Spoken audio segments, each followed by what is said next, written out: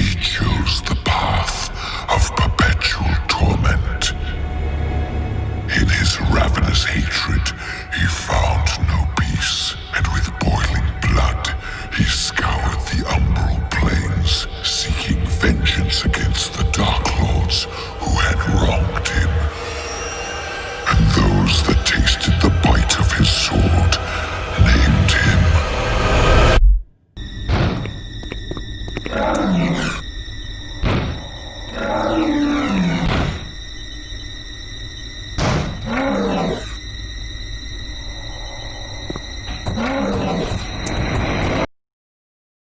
The Doom Slayer.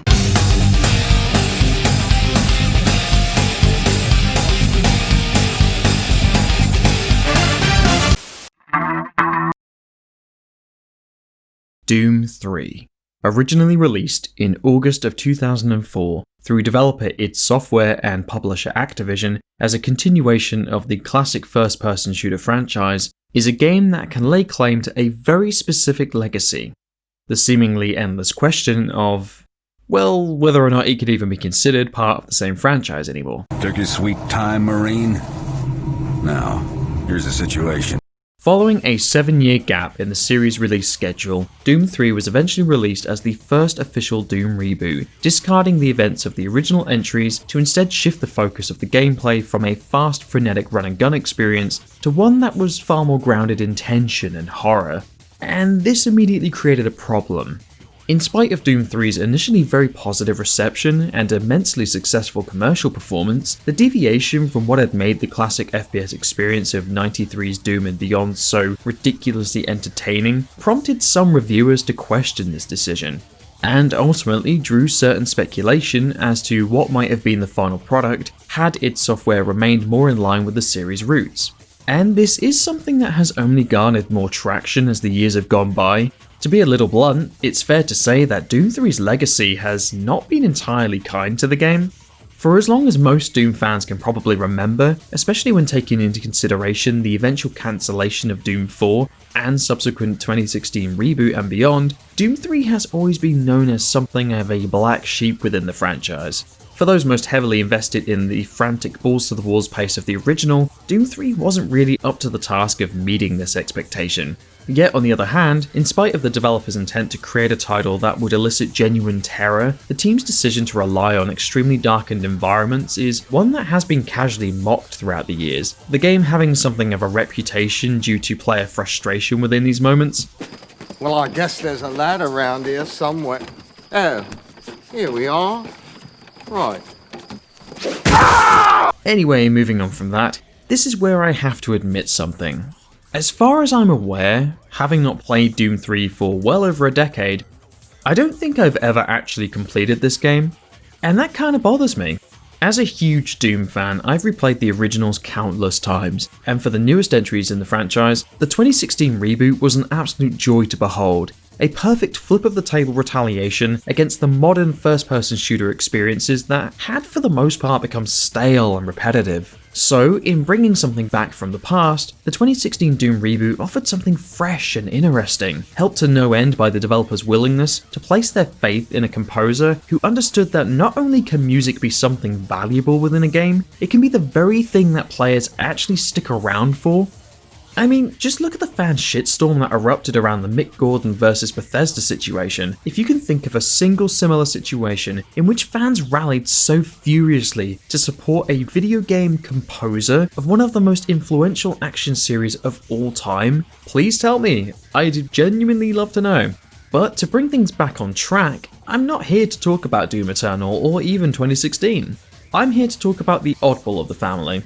So to continue on from my statement of having barely touched this game within the last 16 years, I can honestly say that Doom 3 is a game that has somewhat perplexed me for some time. My extremely limited memory of this game painted a picture of a title that was appropriately scary and decent enough from a gameplay point of view, but ultimately not the most memorable experience. So, no more. In celebration of the upcoming Halloween festivities, I thought it was about time that I finally completed Doom 3 and settled my feelings on the game once and for all. I also want to clarify that this entire review is going to revolve around the original Doom 3 release, not the expansions, not the BFG edition, the original raw experience. So strap yourselves in, my little gang of Caspers, because it's time to dial back the ripping and tearing and instead get fucking spooky. I'm gonna need you to grab some armor and secure your pistol before I can pass you through security.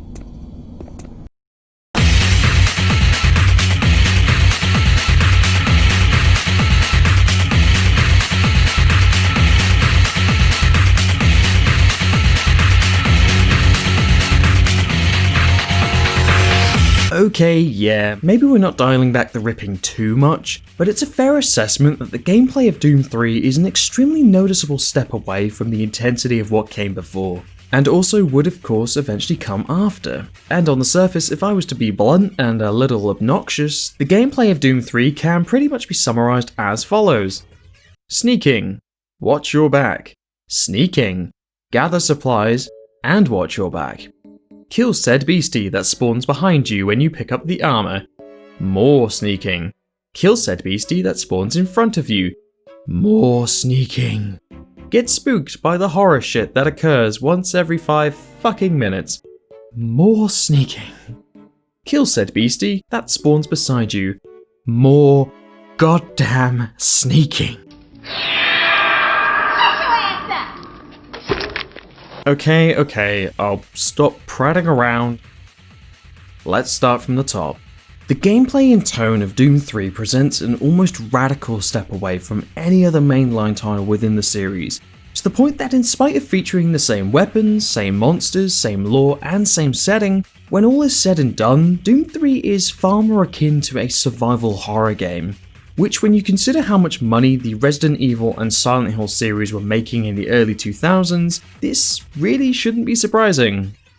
As such, while dealing with the multitude of monsters and problems that you'd be foolish not to expect, there's a whole lot of resource gathering and health topping up and door key grabbing, which doesn't sound all that far from a Doom title, does it? But the slower pace and heavier focus on strategically progressing through each level bit by bit, instead of pelting through at breakneck speed, makes a massive amount of difference when you compare the third Doom game with any other. Now, there will be a spoiler warning later on for the big story stuff, but I do want to preface the rest of the video with the statement that if you've played any other Doom title, you probably know what's coming. It shouldn't be a shock to you that there are imps and revenants that turn up, nor should it be surprising that the game dips into hell and demons. This is the skin and bone of every Doom title. It's not a spoiler, but this is also where some of my biggest complaints lie with the third major installment of this franchise. At times, Doom 3 is kind of boring. Alrighty then. The game begins with a suitably nameless Marine arriving on Mars, in what is explained to be a transfer to replace another member of the security detail who had recently died. Barely a lunch break later, and you are immediately assigned the task of locating a missing scientist. You overhear several rumours of dodgy company activity through other nervous members of the facility. You find said scientist who is rambling on about, something innocuous like the devil being real, and we all know how that is. And then, with a similar build-up to an exploding pinata, hell pops its merry head through an experimental gateway, and as such, the game truly begins.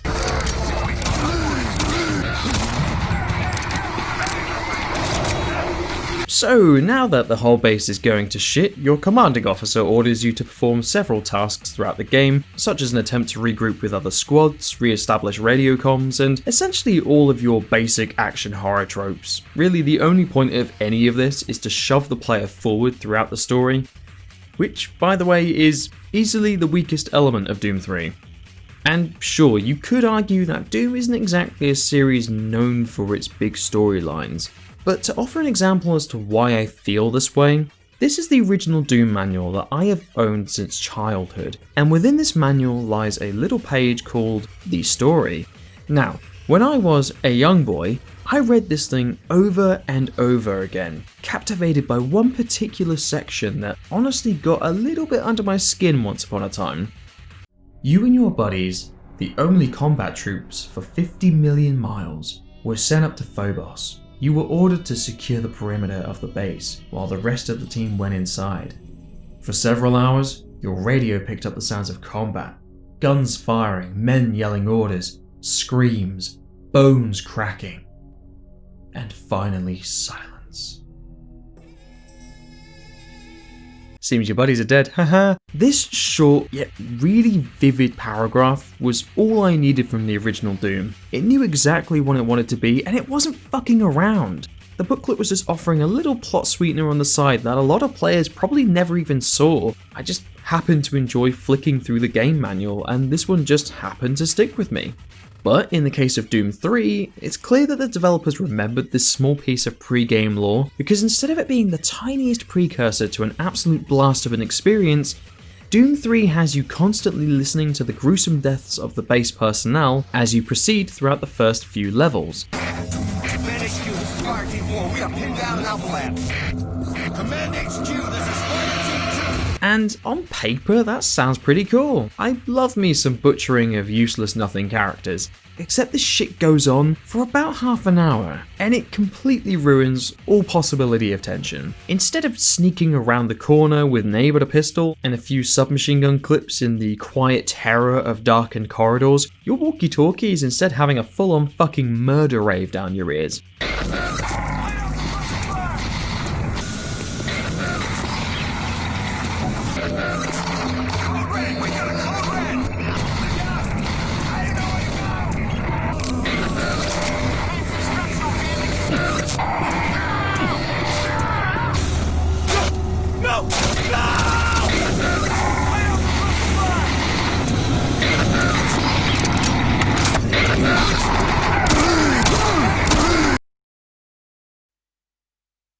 And it's kind of shit.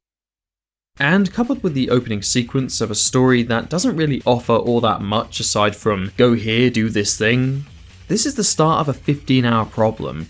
Every attempt the game makes to scare you is instantly ruined by an attempt to scare you.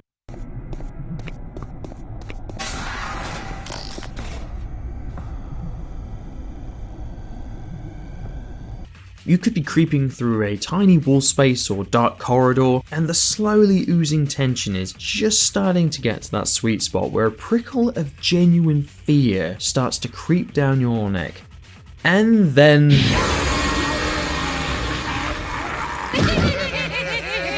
As someone who absolutely adores the raw effect of a genuinely terrifying experience, I cannot tell you how immensely frustrating this is, especially when the game's sound design actually happens to be one of its greatest strengths at times.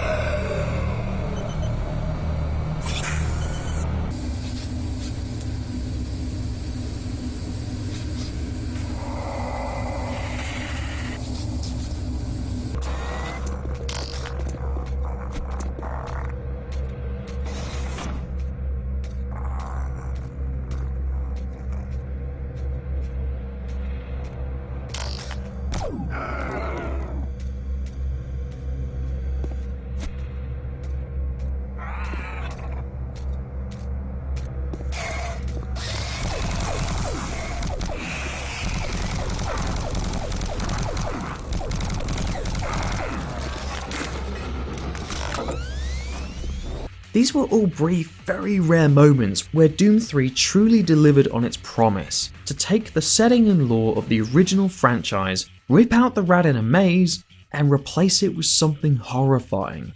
But for every moment that the game offers that actually starts to tease you with being scared, you then get this shit.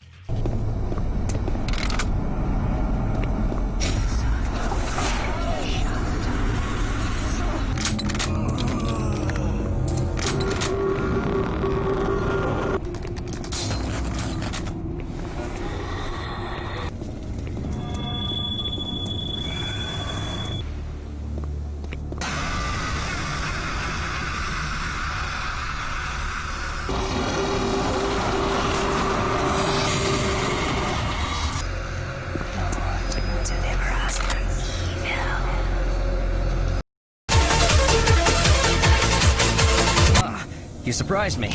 And what's even more infuriating is that I don't even go to Doom to get spooked. I go to Doom to get high off my shit with some macho Martian-stranded Doom-and-slaying motherfucker who has some seriously deep pockets for weapons and ammunition. But when the developers are obviously hoping you're gonna get all spooky spooked by flopping skeletons, blood on the walls, jump scares, and dark rooms, you at least need to try exercising a little self-restraint. Just splattering everything against a wall and seeing what sticks is not how you create a scary experience. The brilliance of a well-paced example of horror is to balance the terror and the tension. For example, the bathroom scene of the original Silent Hill.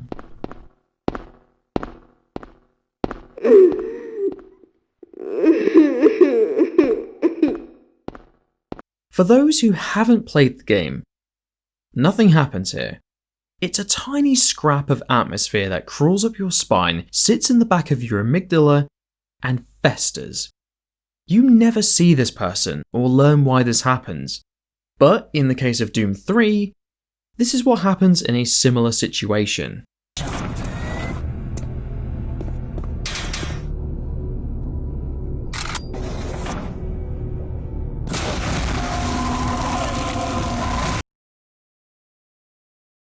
Nice. Very subtle. Okay, so I'm kind of being an arsehole here. The bathroom scare is clearly nothing more than the developers having a bit of fun, and I get that. But the problem is that there are so many other attempted scares throughout the game that are very similarly presented, and they all kind of start to feel like little jokes of their own.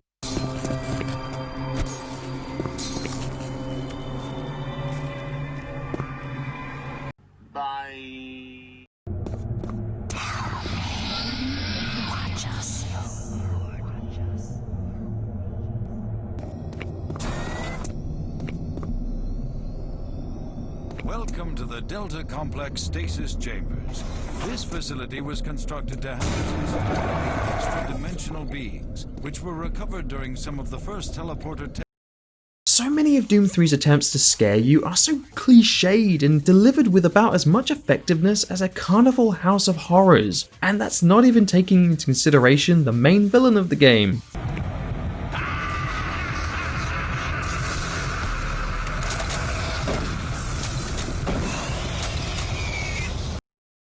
He's terrible.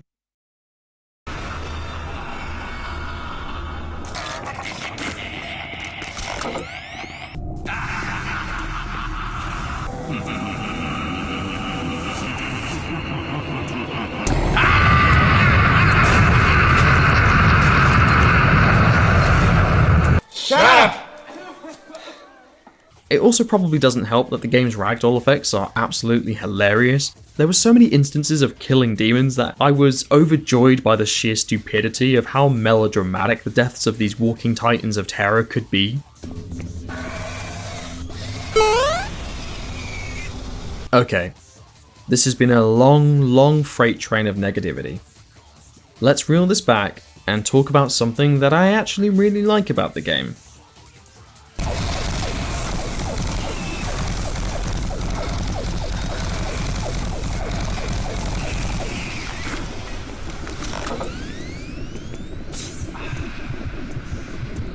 The weapons of Doom 3 are fucking awesome. For the most part, anyway. The pistol is your classic little pea shooter. It sounds like crap and you almost never want to use it, but then this has always been the way with Doom pistols, so you can't really complain. The submachine gun is essentially a beefier pea shooter. Compared to later weapons of the game, you might as well be carrying a Nerf gun.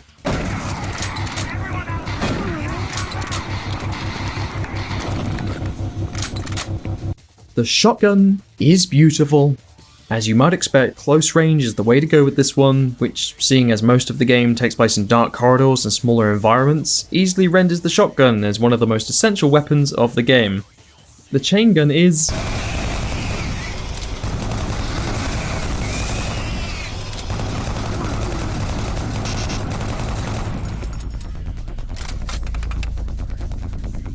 The rocket launcher is pretty standard fare. It kicks plenty of punch. The chainsaw is It's alright. I honestly didn't use it nearly as much as I probably should have, but that was probably because I was so damn busy using my favourite weapon of the game, the grenades.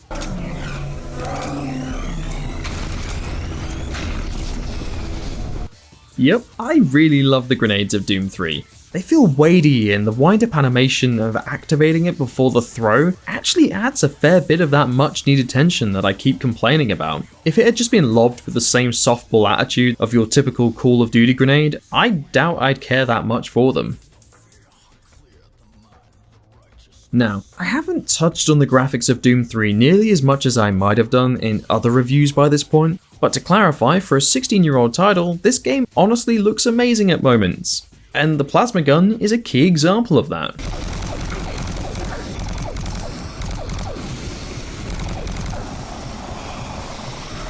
Not only does this thing sound ridiculously appropriate, if you've got the ammo and are quick with the reloads, the plasma gun would probably be the signature weapon of this game's entire runtime. It's a blast firing this thing into the faces of unsuspecting demons, and speaking of weapons and blasts, I think you all know where this is going. Don't think. Feel.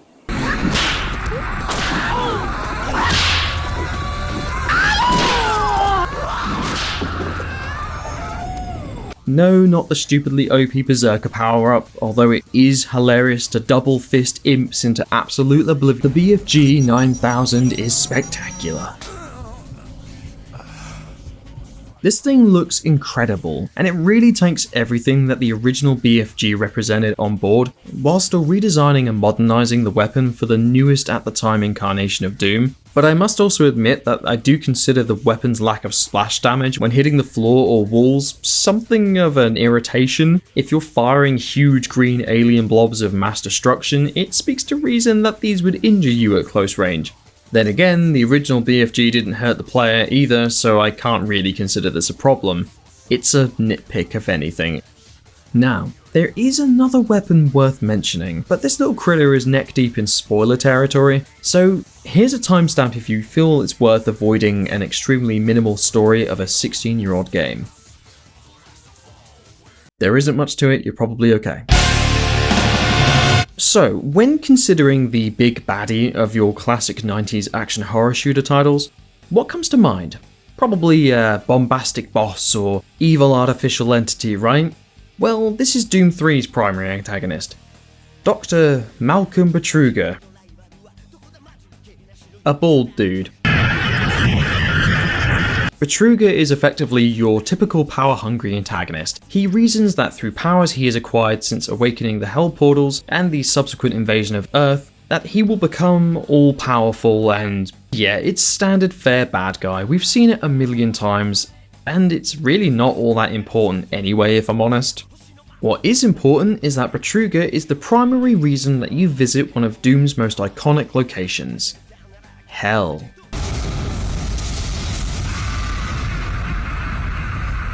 So, just to offer some clarification, it takes you roughly 6 hours to get to Hell from the start of the game, and for the most part, those 6 hours are spent creeping through very similar dark corridors or blood-splattered facilities. There's the odd nip outside to enjoy the Martian air, but these are few and far between, and the limited oxygen afforded to you keeps our heroic protagonist from truly enjoying the scenery. And aside from some environmental obstacles, this really is all the variety that these 6 hours presents. As such, you can probably imagine my excitement for a radically different change in locations, and also my disappointment when after finally arriving on the plains of Hell after Betruger manages to trick the Marine into falling through a portal, I quickly realised that Doom 3's incarnation of Hell is actually quite boring.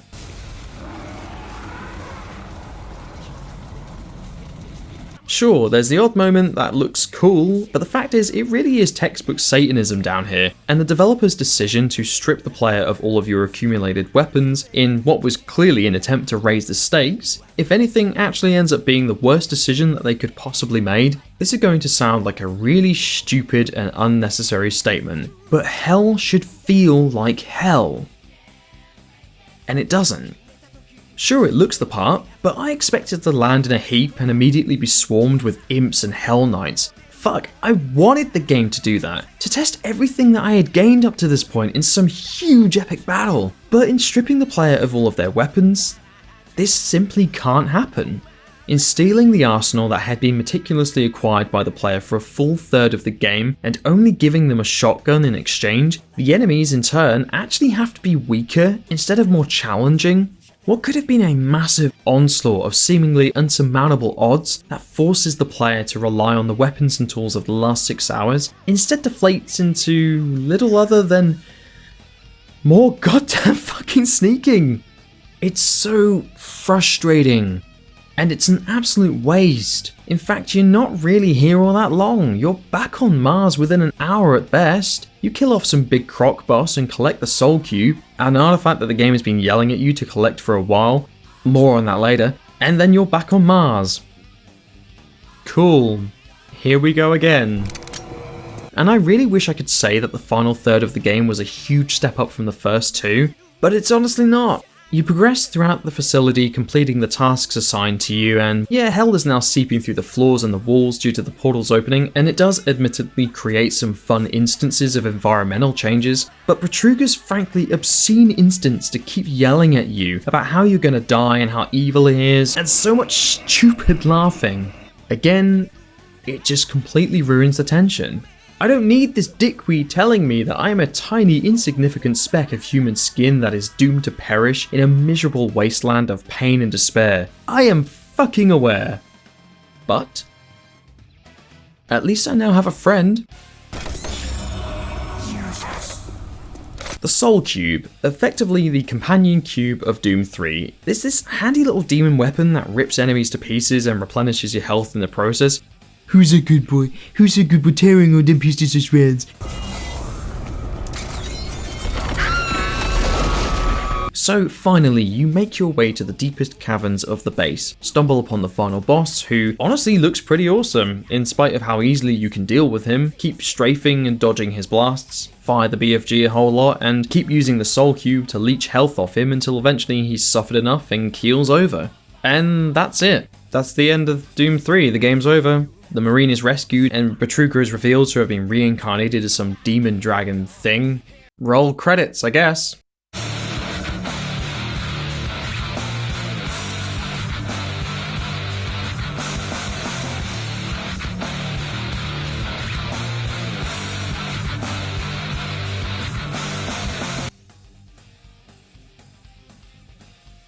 Alright, so this probably feels like a fairly abrupt stumble into the final section of the review, and it is.